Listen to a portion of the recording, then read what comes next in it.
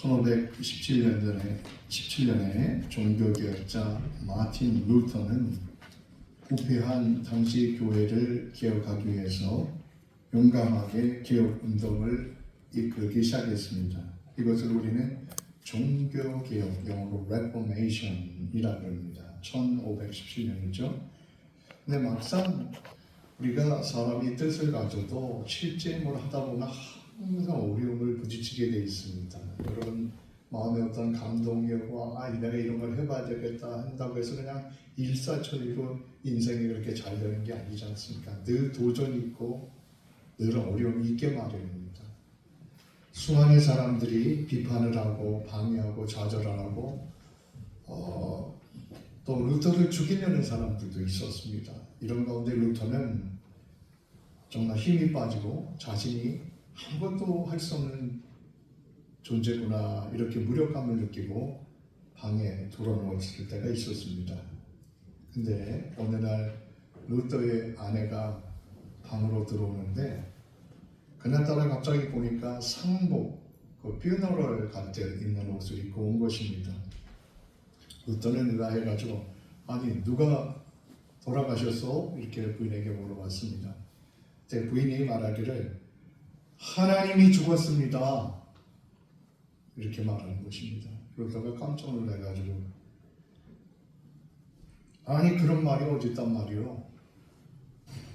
그때 그 부인이 하는 말이 하나님이 죽지 아니하셨는데 당신이 뭐가 그렇게 두려워서 이렇게 드러나 있는 것이요? 그렇게 루터에게 얘기를 하고 말했다고 합니다. 그 말을 듣고 루터는 하나님이 죽지 않으셨는데 하나님이 살아계신데 하면서 다시 한번 자기의 마음을 가다듬고 종교 개혁운동의 사명을 계속해 나갔다고 합니다. 루터뿐만 아니라 우리도 살면서 마치 하나님이 죽은 것처럼 그렇게 생각하고 행동하며 살 때가 있지는 않습니까? 아마도 우리는 그럴 때가 기억해보면 많이 있었을 것이라고 생각합니다. 편안할 때는 괜찮은데 어려움이 오고 고통이 올 때는 마치 하나님이 죽은 것처럼 그렇게 행동할 때가 있지는 않았습니까? 본문에 보면 이스라엘 백성들도 마치 하나님이 죽은 것처럼 그렇게 생각하고 행동을 했습니다. 이들이 바벨론 포로가 되어 잡혀가서 나라를 잃고 절망에 빠졌을 때 그들은 상심하고 탄식을 했습니다. 많은 사람들이 마치 하나님이 죽은 것처럼 그렇게 행동을 하게 되었습니다. 이것을 미리 내다보고 하나님께서는 이사야 선지자를 통해서 예언의 말씀을 주셨습니다. 너희들이 포로로 바벨론에 잡혀갔을 때 nak심하지 말라. 하나님이 죽은 것처럼 행동하지 말아라. 하나님은 반드시 너희를 건져낼 것이다. 때가 되면 하나님의 때에 너희를 건져낼 것이다. 이런 그 예언의 말씀을 이사야를 통해서 미리 주셨던 것입니다. 본문 27절에 보면 야곱아 어찌하여 내가 말하며 이스라엘아 내가 이르기를 내 길은 여호와께 숨겨졌으며 내 송사는 내 하나님에게서 벗어난다 하느냐 말씀합니다. 야곱은 개인 하나를 말하는 게 아니라 이스라엘 백성 전체를 말하는 것이죠. 그리고 오늘날의 이 말씀은 주님을 믿는 우리 모두를 향한 말씀으로 우리가 받아들여야 합니다. 내 길은 여호와께 숨겨졌으며 이렇게 말하는 것은 이스라엘 백성들이 바벨론 포로 잡혀갔을 때 앞이 안 보이고 하나님이 고통 가운데서 아무것도 돕지 않으시는 것처럼 그렇게 느끼며 컴플레인, 불평하게 되는 것을 말하는 것입니다. 그러면서 내 송사는 하나님에게서 멀어졌다. 이 말은 바벨론에 끌려가서 거기서 억울한 일을 겪고 있는데도 하나님이 자기를 지켜주지 않는다고 단식한 것입니다. 인간은 고난을 당하고 어려우면 하나님이 나를 도우시는가 의심에 빠지기 쉽습니다. 우리들뿐만이 아니라 우리 믿음의 선조들도 그랬습니다. 인간 본성 속에 있게 있습니다. 시편 22편에 보면 다윗이 그 시 가운데 이런 고백이 있습니다. 내 하나님이여 내 하나님이여 어찌 나를 버리셨나이까? 어찌 나를 멀리하여 돕지 아니하십니까? 내 신음소리를 듣지 않으십니까? 하나님, 내가 낮에도 부르짖고 밤에도 잠잠치 아니하는데 응답하지 아니하십니다. 천하의 다윗도 이와 같은 순간이 있었습니다. 그러면 우리는 어떻겠습니까? 아무도 돕는 이가 없고 수많은 사람들이 자기를 공격하는 것만 같은 그런 상황 가운데 다윗은 하나님조차 자기를 버리다는 것입니다. 내 중세의 영성가 중에 십자가의 용환이라는 존 오브 크로스라는 분이 있는데 그분이 신자들은 누구나 한번 영적인 어둠, 영적인 밤을 지나게 된다 이렇게 말씀했습니다. 그런 순간이 누구에게나 다 있습니다. 영적인 밤, 하나님을 믿는데 하나님이 없는 것 같고 보이지 않고 정말 영적인 침체 같은 그런 순간을 우리가 한 번쯤은 겪게 된다는 것입니다. 구약의 선지자 엘리야도 그랬습니다. 엘리야가 얼마나 위대한 선지자입니까? 그런데 열왕기상 19장에 보면요, 엘리야가 로뎀나무 아래 앉아서 하나님 앞에 차라리 본인을 데려가 달라고 그렇게 말하는 내용이 나옵니다. 엘리야가 로뎀나무에 누워가지고 그 아래서 하나님 지금 넉넉합니다. 이제 이만 하면 충분하니까 내 생명을 좀 데려가 주십시오. 내가 조상보다 나은 게 없습니다. 이렇게 고백합니다. 그러면서 먹지도 않고 입맛도 잃어버리고 누워서 로뎀나무 아래에서 잠만 자고 있었던 것입니다. 구약의 가장 위대한 사람을 뽑으라 그러면 아마 모세 다음으로 엘리야를 뽑을 수 있을 것입니다. 엘리야는 신약에도 30번이나 언급이 됩니다.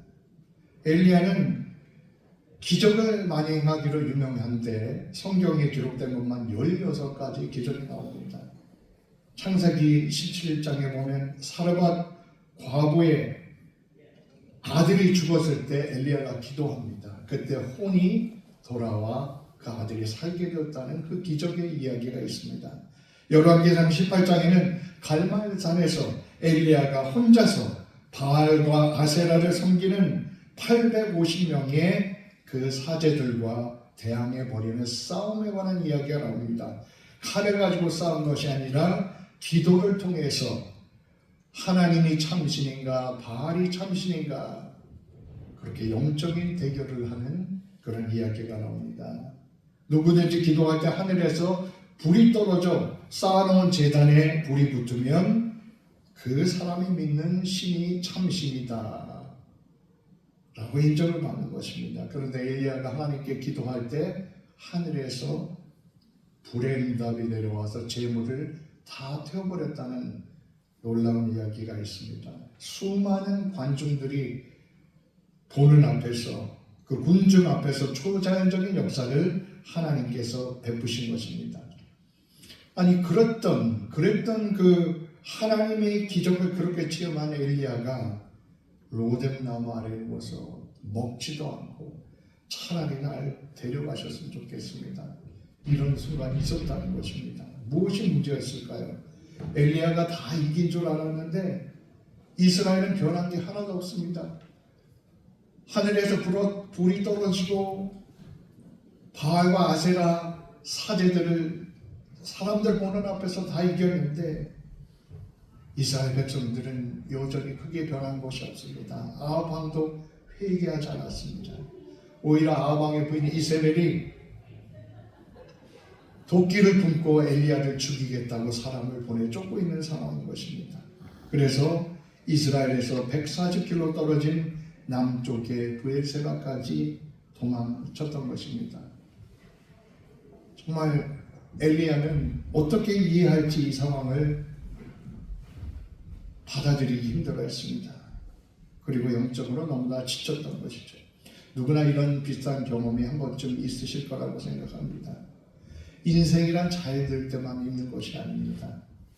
불과 얼마 전에 정말 내가 세상을 다 얻은 것 같은데 오늘은 완전히 나는 망했구나 이렇게 느끼는 순간도 우리가 살아가면 있게 됩니다. 오늘은 바로 그런 순간에 만난 고난과 어려움에 빠진 하나님의 백성들에게 주시는 말씀인 것입니다. 우리가 신자가 고난에 빠질 때 우리가 어떻게 이겨나갈 수 있습니까? 먼저 무엇보다 우리 하나님에 대한 우리 자신의 믿음을 살펴보아야 된다는 것을 가르쳐주고 있습니다. 28절에 보면 너는 알지 못하느냐 듣지 못하느냐 영원하신 여호와 하나님 땅끝까지 창조하신 이는 피곤하지 아니하시며 공비하지 아니하시며 명철이 아니없으시며 네가 알지 못하였느냐 듣지 못하였느냐 이 말을 다시 한번 생각을 해보라는 것입니다. 너의 믿음을 점검해보고 하나님을 향한 너의 마음을 살펴보라는 것입니다. 하나님이 어떤 분이십니까? 이 세상을 창조하신 분이신데 하나님은 피곤함이 없는 분이신데 하나님은 지혜가 끝이 없는 분이신데 왜 너희가 하나님이 죽은 것처럼 그렇게 생각하고 행동하느냐라는 것입니다. 사람은 피곤하지만 하나님은 피곤해지는 법이 없습니다. 사람은요 우리가 마음은 있는데요. 마음은 있는데 내 여건이 안 돼서 또 내 능력이 안 돼서 도와줄 수 없을 때가 많습니다. 그런데 하나님은 그런 것이 없습니다. 하나님은 도와줄 마음도 있으시고 능력도 있으신 분입니다. 인간에게는 지혜가 한계가 있습니다. 아무리 내가 똑똑한 사람도 정말 어려운 일을 만날 때 지혜의 한계에 부딪힐 때가 있습니다. 그런데 하나님은 그 지혜에 한계가 없다는 것입니다. 그런 하나님을 보라는 것입니다. 우리는 이것을 신학적 개념으로 전지전능하다고 합니다. 전지전능하신 하나님 우리가 기도하는데 그게 무슨 뜻입니까? 전지 모든 것을 아시는 지혜로우신 하나님, 전능 모든 것에 능력이 있으신 하나님 그것을 고백하고 있는 것이 아니겠습니까?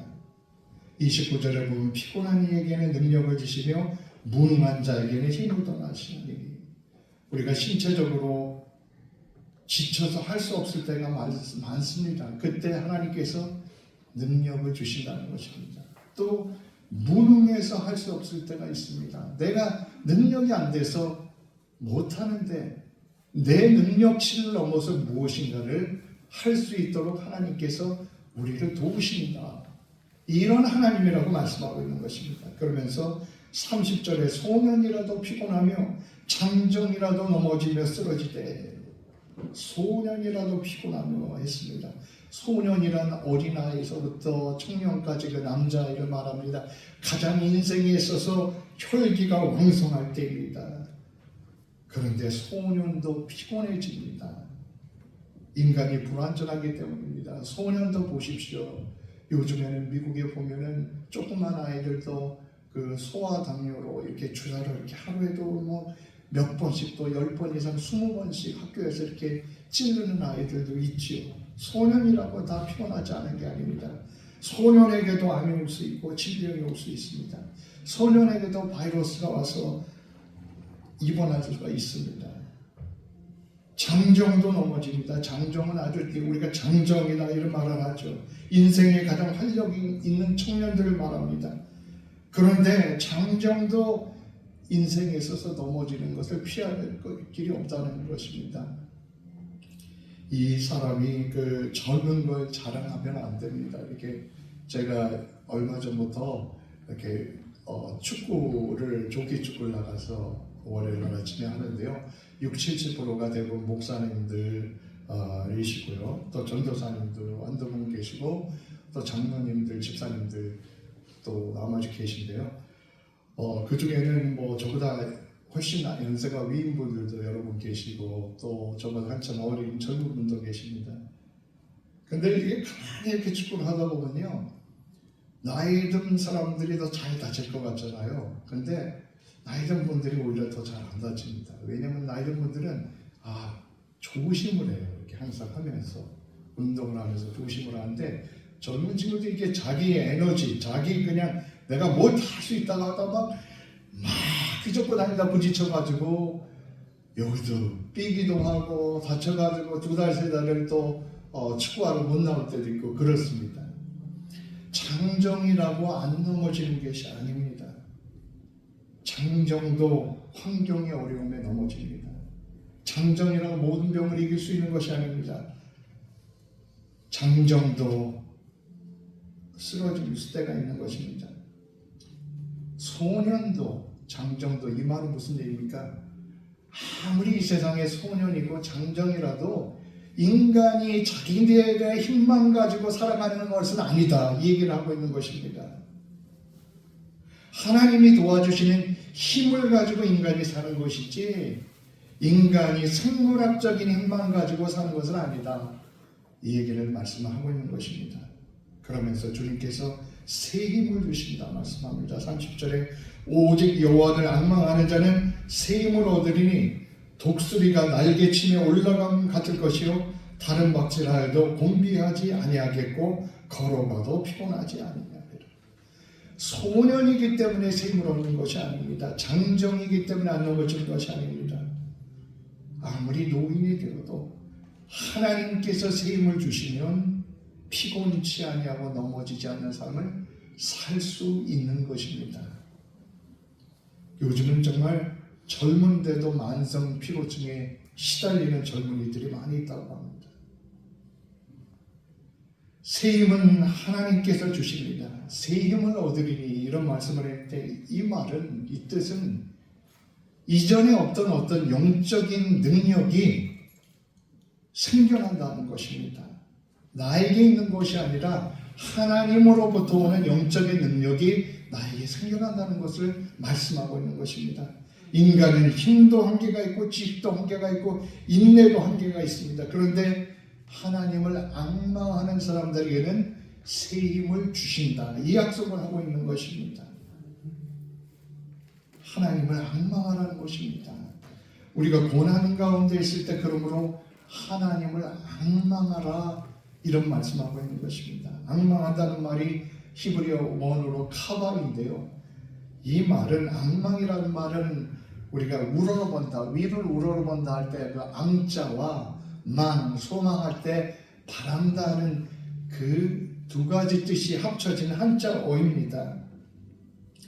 앙망한다는 것은 하늘을 우러러 하나님을 바라보고 인내하며 기다린다는 것입니다. 이 땅에다 소망을 두지 않고 하나님에게만 소망을 두고 살아간다는 것이 앙망입니다. 우리는 어디다 소망을 두고 살아갑니까? 시편 25편에 보면 다윗이 주의 진리로 나를 지도하시고 교훈하소서, 내가 종일 주를 기다립니다, 이렇게 고백했습니다. 앙망이라는 것은 종일 사랑하는 사람을 기다리는 사람처럼 하나님을 그런 심정으로 바라보고 소망하는 것이 앙망입니다. 우리가 고난을 받으면 눈이 흐려지기 쉽습니다. 고난을 당하면 땅에서 도움을 찾고 자꾸 사람에게서 뭔가 도움을 찾으려고 하고 땅에서 또 만족을 얻으려고 합니다. 그런데 그렇게 하지 말고 끝까지 위를 바라보고 주님을 바라보는 사람들이 되라는 것입니다. 그렇게 앙망하는 사람들이 되면 새 힘을 주시리니 라고 말씀하신 것입니다. 우리가 하나님을 앙망한다고 해서 고난이 한꺼번에 쏙 사라지면 얼마나 좋겠습니까? 그런데 고난의 환경은 그대로일 때가 있습니다. 추운 겨울과 같은 그러한 어려움은 우리에게 계속됩니다. 그럼에도 불구하고 하나님을 앙망하는 사람들은 새싹이 돋아나듯이 새로운 힘이 우리 속에 돋아나도록 하나님께서 힘을 주시고 역사하신다는 것입니다. 우리가 잘 아는 찬송가 301장이 있죠. 지금까지 지내온 것 주의 크신 은혜라. 이 노래가, 이 찬송이 1967년도에 그 박재환 목사님이라는 우리 한국 목사님이 작곡한 곡이라고 합니다. 그런데 이 곡도 좋지만 이 가사가 참 깊은 의미를 담고 있지요. 지금까지 지내온 것 주의 크신 은혜라. 근데 이것은 사실은 이 곡보다 이 작사가 먼저 쓰여졌다고 합니다. 19세기 후반에 동양선교의 성수학원 교수로 있던 그 사사오 데스 사부로라는 일본 분이, 그분이 찬송을 일본어로 많이 번역을 했는데 그분이 작사한 그런 글이라고 합니다. 이분은 로마서 8장 28절을 읽고 우리가 알거니와 하나님을 사랑하는 자 곧 그의 뜻대로 부르심을 입은 자에게는 모든 것이 합력하여 선을 이루느니라. 이 말씀을 배경으로 이 찬송가를 1897년에 작사했다고 합니다. 지금까지 지내온 것 주의 것이 되느라. 이게 1절이고 2절은 어떻게 됩니까? 몸도 맘도 연약하나 세임받아 살았네. 물 붓듯이 부으시는 주의 은혜 족하다. 그렇습니다. 우리 몸도 연약하고요, 마음도 연약합니다. 그런데 우리가 살아가는 것이 새 힘을 받으며 산다는 것입니다. 신앙적인 걸 이분이 정말 잘 표현했어요. 우리가 사는 게 우리 힘만으로 사는 것은 아닙니다. 하나님이 주시는 새 힘이 있어야 우리가 살 수 있는데요, 그 힘을 주신다는 것입니다. 그래서 새 힘을 주면 어떻게 됩니까? 31절에 독수리가 날개치며 올라감 같을 것이요 다른 집 박질하여도 곤비하지 아니하겠고 걸어가도 피곤하지 아니하리로다. 이렇게 말씀합니다. 독수리 날아가는 것을 보십시오. 땅에 내려와서 먹이를 채가지고 순간적으로 날아오릅니다. 어마어마한 힘입니다. 독수리는 5,000m 이상을 올라간다고 합니다. 참새는 100m 이상을 못 올라가는데요, 독수리는 5,000m 이상을 올라가는데요. 그런 독수리를 비교해서 말씀하고 있는 것입니다. 그런데 그 독수리가 자기 힘만 가지고만 올라가는 것이 아닙니다. 독수리는 일단 올라가며 바람을 탄다고 합니다. 바람을 이용해서 올라가는 것이죠. 하나님께서는 우리가 탈 수 있는 바람과 같은 힘을 우리에게 주시는 분인 줄로 믿습니다. 이 바람과 같이 우리가 필요한 것이 바로 영적으로 하나님께서 주시는 힘입니다. 그래서 성경 말씀에도 힘으로 되지 아니하고 능으로 되지 않으나 여호와의 신으로 말미암느니라 말씀합니다. 힘으로 되는 것이 아니고 능으로 되는 것이 아니라 하나님의 힘으로 된다. 우리가 이 힘을 받아들이기 때문에 우리가 이 세상에서 고난이 와도 꺾이지 않고 오뚜기처럼 일어나서 또 갈 수 있는 것입니다. 독수리처럼 올라가 보면 시야가 넓게 보입니다. 독수리처럼 올라가면 평상시 땅에서는 보이지 않던 것을 보게 됩니다. 하나님께서는 우리를 독수리처럼 날게 하셔서 우리의 시야가 바뀌도록 하십니다. 그래서 사도 바울은 예수 믿고 나서 전도자가 된 후에 빌립보서 3장에 보면 그렇게 말씀했습니다. 모든 것을 내가 해로 여김은 주 예수를 아는 지식이 가장 고상하기 때문이라. 내가 그를 위하여 모든 것을 잃어버리고 배설물로 여김은 그리스도를 얻고 그 안에서 발견되려 하느니. 관점이 완전히 바뀌었던 것입니다. 우리도 이와 같이 독수리처럼 날아오르며 우리의 영적인 깊이가 날마다 깊어질 수 있기를 기도해야 될 줄로 믿습니다. 다른 박질해도 또 걸어가도 피곤하지 않다고 했습니다. 다른 박질은 뭘 말하냐면 우리가 살면서 생존 경쟁의 수고를 말하는 것입니다. 이 살아간다는 자체가 얼마나 힘드니까. 우리가 은퇴하고 또 많은 분들이 이제 은퇴하고 계신데, 은퇴해도 우리가 그렇다고 해서 경제적인 그 걱정이 없어집니까? 완전히 그게 아니지 않습니까? 또 인슈어런스도 챙겨야 되고 뭐도 챙겨야 되고 자동적으로 되는 게 없습니다. 살아간다는 자체가 정말 생존 경쟁이고 치열합니다. 또 걸어가도 피곤하지 않다고 하는데 걸어간다는 것은 매일 우리가 하는 일상의 그런 의무들을, 그런 일들을 말하는 것입니다. 그런 것을 계속 한다는 게 피곤해지는 것이죠. 그런데 피곤하지 않게 만들어 주신다는 것입니다. 우리 인생은 누구나 걸어가야 될 길이 있고 달려가야 될 길이 있습니다. 사명이 있습니다. 우리가 끝까지 이 길을 걸어가야 됩니다. 그런데 하나님을 앙망하는 사람들은 피곤하지 않게 그 길을 갈 수 있도록 하나님께서 힘을 주시고 붙잡아 주신다. 이 말씀을 하고 있는 것입니다. 하나님을 앙망하는 일이 어떤 일이겠습니까? 무엇보다 우리가 하나님 앞에 나와서 예배하는 일이 하나님을 앙망하는 일입니다. 예배는 하나님을 바라보는 것입니다. 일상을 살면서 흐트러졌던 우리의 마음을 가다듬고, 그리고 나약해졌던 우리의 믿음을 가다듬고 하나님을 향해서 우리의 눈을 다시 한번 우러러 보는 것입니다. 그리고 또 말씀과 기도하는 것이 앙망하는 것입니다. 교회에서만 예배드리는 것으로 끝나는 것이 아니라 우리가 집으로 돌아가서 말씀을 읽고 혼자 하나님과 대면하는 그런 시간을 만드셔야 합니다. 그래야 우리가 앙망하는 삶을 살 수 있습니다. 하나님께서는 이스라엘 백성에게 하나님이 죽은 것처럼 행동하지 말라고 그런 취지에서 말씀하셨던 것입니다. 그렇습니다. 하나님은 천사들을 통해서 간섭하시고 성령을 통해서 간섭하십니다. 엘리야가 지쳐서 주저앉아 있을 때 로뎀나무 아래에 있는 그에게 하나님께서 어떻게 하셨습니까? 천사를 보내셔서 깨웠습니다. 엘리야야, 이걸 먹어라. 떡과 물이 녹여 있었습니다. 네가 먼 길을 걸어가야 하니까, 가야 할 길이 있으니까 이걸 먹고 힘을 내서 걸어가라.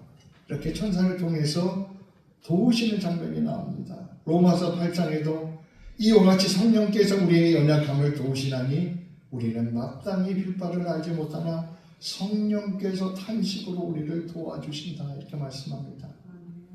우리가 기도할 때 집에서 아무도 모르는 곳에서 혼자 무릎 꿇고 또는 앉아서 기도할 때 탄식으로 우리를 도우시는 성령이 계시다는 것을 믿으시기를 바랍니다. 그분과 함께 살아가고 기도하시길 바랍니다. 사람은 누구나 어려움을 만납니다. 그때 우리는 뭘 할 수 있습니까? 그때 우리에게 주신 하나님 말씀은 고개를 들어서 여호와를 앙망하라 이렇게 말씀하고 계신 것입니다. 기도하겠습니다. 하나님, 우리는 조금만 어려움 와도 분노하고 짜증내며 원망하며 낙심할 때가 많습니다. 마치 하나님이 죽은 것처럼 행동하는 때가 많은 우리 자신들의 연약한 믿음을 긍휼히 여겨 주시옵소서. 주님, 루터가 그랬듯이, 바울이 그랬듯이 하나님이 살아계신 것을 분명히 신뢰하고 어려움을 이기고 나갔던 많은 신앙의 선조들처럼 우리가 그와 같은 믿음을 가지고 여호와를 앙망하며 나가는 우리 모두 되게 하시며 우리 가정 되게 하시며 우리 교회가 되도록 인도하여 주시옵소서. 예수님 이름으로 기도드립니다. 아멘.